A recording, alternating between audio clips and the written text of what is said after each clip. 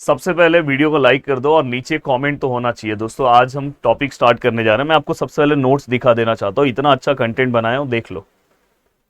यहाँ पे अगर चीज़ों को अगर आप देख लोगे तो मज़ा आ जाएगा। हाँ सर, बहुत ही सिंपल लैंग्वेज में आपने सभी चीज़ों को प्रोवाइड किया, जिससे आपके लिए चीज़ें बहुत आसान हो जाएगी और पढ़ने में बहुत मज़ा आने लगेगा। तो air pollution and atmospheric chemistry के अंदर आज हम देखने वाले हैं air pollution and acid rain. हमारा मेन मोटो है इस टॉपिक में, हमें एसिड रेन को कवर करना है। चलते हैं दोस्तों, वन बाय वन चीज़ों को स्टार्ट करते हैं। बस आप ऐसे ही सपोर्ट दिखाते रहना। अगर नए चैनल से जुड़े हो तो यहाँ से चैनल को सब्सक्राइब कर देना।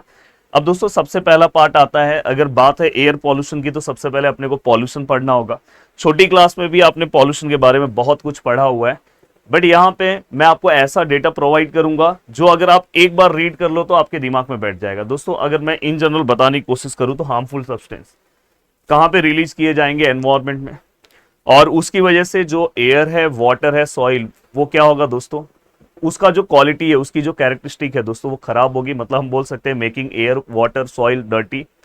और ये सब चीजों की वजह से ये किसके लिए अनसेफ है, अनसेफ फॉर लिविंग ऑर्गेनिज्म। तो इसी से आपका ये पूरा डेफिनेशन बन जाता है। देखो, harmful substance when release into environment, then air, water, soil क्या हो जाता है, become a dirty and it is unsafe for living organism and this is called pollution. In short, बहुत ही सिंपल लैंग्वेज में आप ऐसा फ्लो चार्ट बना के बहुत अच्छा आंसर लिख सकते हो। ठीक है सर, ये तो आपने बहुत अच्छे से समझा दिया। देखो, अगर आप इंजीनियरिंग में हो तो सबसे ज्यादा आपका मोटो ये है कि इस सब्जेक्ट के अंदर आपको पीएचडी करने की जरूरत नहीं है। स्ट्रेट फॉरवर्ड उतनी चीजें हमें पता होनी चाहिए जितना हमें लिखना आना चाहिए। अब नेक्स्ट है यहाँ पे एयर पॉल्यूशन। तो सबसे बड़ा क्वेश्चन आता है कि सर एयर पॉल्यूशन का डेफिनेशन क्या आएगा।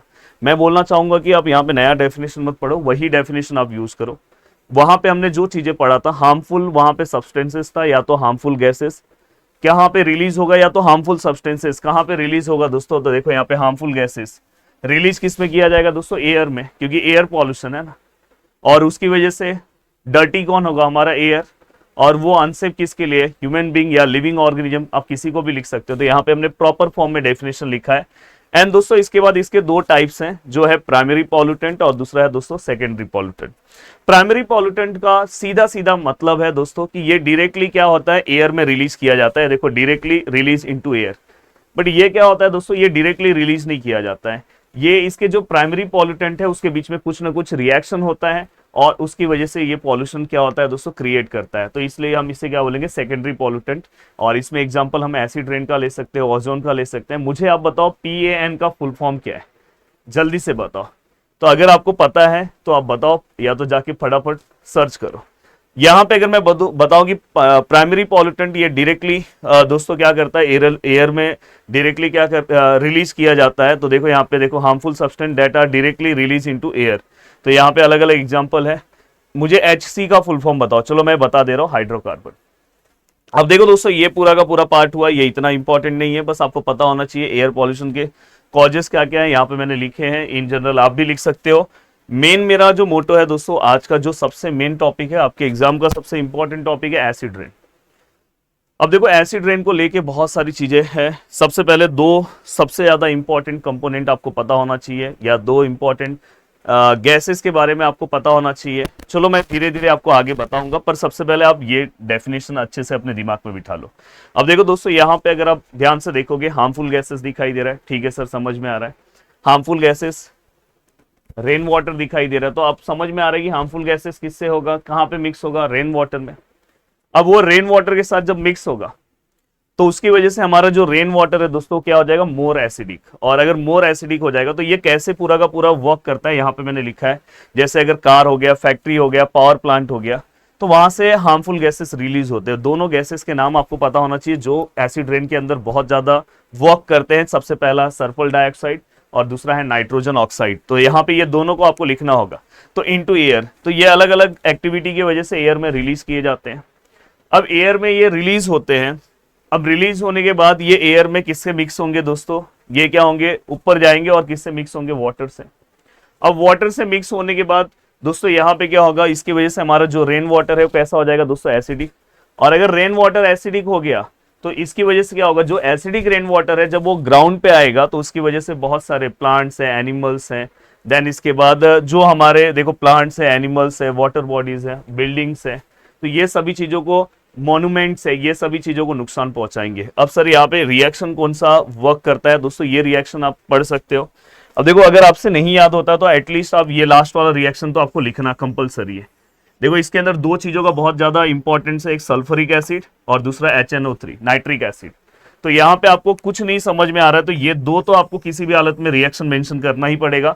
पर अगर समझ में आ रहा है, देखो यहाँ पे NO दिखाई दे रहा है, जो हमने नाइट्रोजन ऑक्साइड पढ़ा, ओजोन से क्या हो रहा है, रिएक्ट हो रहा है, NO2 बन रहा है और साथ में ऑक्सीजन। फिर अगर आप ध्यान से देखोगे, देखो NO2 है, फिर से ओजोन के साथ रिएक्ट होगा, NO3 बन रहा है, दिखाई दे रहा है आपको, और साथ में यहाँ पे ऑक्सीजन है। फिर अगर आप देखोगे NO3 और NO2 रिएक्ट होके क्या बनेगा, N2O5। ये आपको याद होना चाहिए, अगर NO याद रखो 25 याद रखोगे तो याद हो जाएगा। एंड देन ये वाटर के साथ रिएक्ट होगा और फाइनली क्या बनाएगा, HNO3। अब दोस्तों ये देखो ये, और यहाँ पे अगर आप देखोगे सल्फर डाइऑक्साइड रिएक्ट है ऑक्सीजन से, तो देखो यहाँ पे SO3 बन रहा है, SO3 फिर से वाटर से रिएक्ट होगा और HNO3 यहाँ पे सल्फ्यूरिक एसिड। तो ये दो पार्ट सबसे ज्यादा इंपॉर्टेंट होते हैं, यही दो पार्ट मैं स्टार्टिंग में आपको बताने जा रहा था। अब देखो सर ये तो समझ में आ गया, पर पेपर में अगर एसिड रेन आया तो ठीक है सर, रिएक्शन लिख देंगे, डेफिनेशन लिख देंगे, कैसे वर्क करता है, कैसे अकर होता है, वो सब लिख देंगे, पर इफेक्ट भी लिखना बहुत कंपलसरी। कि अब इसके इफेक्ट क्या क्या है, तो मैंने आपको पहला इफेक्ट तो मैंने आपको सीधा सिंपल बताया था कि इसका पहला इफेक्ट क्या हो सकता है। थोड़ा सा छोटा आपको दिखाई दे रहा होगा पर क्लियर दिखाई दे रहा होगा, और इसका नोट्स हमारा प्रदीप गिरी एकेडमी है, एप्लीकेशन है, वहां पे हम आपको फ्री कंटेंट में प्रोवाइड कर देंगे, तो यहाँ से आप डाउनलोड कर लेना। अब देखो दोस्तों सबसे पहला है डैमेज टू बिल्डिंग, याद कर लो, मतलब बिल्डिंग है, मॉन्यूमेंट्स है, उसको क्या करेगा, डैमेज करेगा। दूसरा आप यहाँ पे क्या कर सकते हो, जो प्लांट्स है उसके जो लीफ है उसको वो डैमेज करेगा। तीसरा है सॉइल का एसिडिटी है जो है, मतलब पीएच जो है दोस्तों, उस पर दिक्कत देगा, पीएच उसका कम होगा और उसकी वजह से सॉइल कैसा हो जाएगा, मोर एसिडिक हो जाएगा, उसकी वजह से सॉइल के अंदर जो न्यूट्रिएंट है वो कम होने लगेंगे, रिड्यूस होने लगेंगे। और नेक्स्ट है दोस्तों, इसकी वजह से रिवर है, लेक है, इसके जो वाटर है दोस्तों कैसे हो जाएंगे, मोर एसिडिक हो जाएंगे, और इसकी वजह से सबसे ज्यादा दिक्कत होगा एक्वेटिक लाइफ को। और दोस्तों ह्यूमन को भी कहीं ना कहीं ये इफेक्ट करेगा, ह्यूमन को ये इनडायरेक्टली इफेक्ट करेगा, जैसे रेस्पिरेटरी प्रॉब्लम हो गया, अस्थमा हो गया, ये सब। ठीक है सर, ये सब तो समझ में। अब नेक्स्ट पार्ट क्या है, अब नेक्स्ट पार्ट अगर मैं बात करने की कोशिश करूं तो नेक्स्ट पार्ट में आपको क्या क्या चीजें ध्यान में रखना है, थोड़ा सा बहुत छोटा लिखा है, मैं नेक्स्ट लेक्चर में ध्यान रखूंगा कि इसको और बड़ा करूं। चलो यहाँ पे अब आपको प्रॉपर बड़े फॉर्म में दिख रहा है, ठीक है। अब अगर मैं यहाँ पे बात करूं तो सबसे पहले कि कैसे हम इसको कंट्रोल कर सकते हैं, तो सबसे पहला है कि हमें फॉसिल फ्यूल जो है उसका यूज जो है हम पूरी तरह से कम तो नहीं कर सकते, स्टॉप तो नहीं कर सकते, हम रिड्यूस कर सकते हैं, reduce use of fossil fuel. दूसरा क्या हम बोल सकते हैं, उसकी जगह पे हम सोलर, विंड और हाइड्रो पावर प्लांट ये सब का हम यूज कर सकते हैं। देन इसके बाद आप सबसे इंपॉर्टेंट है कि यूज क्लीनर टेक्नोलॉजी, जैसे मैं कैटालिटिक कन्वर्टर का यूज कर सकता हूं, तो ये सब आपको पता होना चाहिए। स्क्रबर्स का यूज कर सकता हूं, इंप्रूव एनर्जी एफिशिएंसी। नेक्स्ट है switch to cleaner transportation, switch to cleaner transportation मतलब आप इलेक्ट्रिक व्हीकल का यूज कर सकते हो। एंड नेक्स्ट पॉइंट अगर मैं बात करूं तो आप ये अपने इन जनरल अपने लैंग्वेज में ही लिख सकते हो, अल्टरनेटिव फ्यूल हमें ट्राई करना है, जैसे बायोफ्यूल का मैं यूज कर सकता हूँ, नेचुरल गैस का मैं यूज कर सकता हूँ, जिससे पॉल्यूशन ना हो या पॉल्यूशन कम हो। तो ये बहुत ही सिंपल लैंग्वेज में मैंने सभी चीजों को आपको समझा दिया है। ये पूरा का पूरा नोट्स दोस्तों आपको आराम से मिल जाएगा और आप सभी लोग आराम से अपनी चीजों को कवर कर लोगे। नोट्स सर कहाँ पे मिलेगा, तो ये नोट्स आपको मिलेगा हमारा प्रदीप गिरी एकेडमी एप्लीकेशन में, और यहाँ पे ये पूरा का पूरा टॉपिक आपका कवर हो गया। तो इन जनरल आपके दिमाग में आ गया कि हाँ सर एसिड रेन क्या होता है, अब आराम से आप अपने पेपर में लिख सकते हो।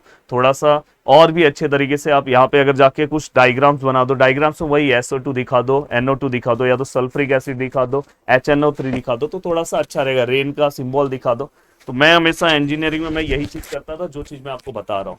वीडियो को देखने के लिए दिल से थैंक यू सो मच दोस्तों, मिलते हैं नेक्स्ट वीडियो में, बाय बाय, टेक केयर। अगर आप ऐसी सपोर्ट दिखाओगे तो मिनिमम टाइम में मैं आपका केमिस्ट्री और फिजिक्स रेडी करा दूंगा, मैथ तो मैं आपके लिए बना ही रहा हूँ, बाकी एप्लीकेशन के ऊपर मैंने आपके लिए बहुत अच्छे अच्छे कोर्सेज बनाए हैं, उसको अगर आप ध्यान से अच्छे से फॉलो करोगे तो आपकी सभी चीजें अच्छी हो जाएगी। जय हिंद दोस्तों।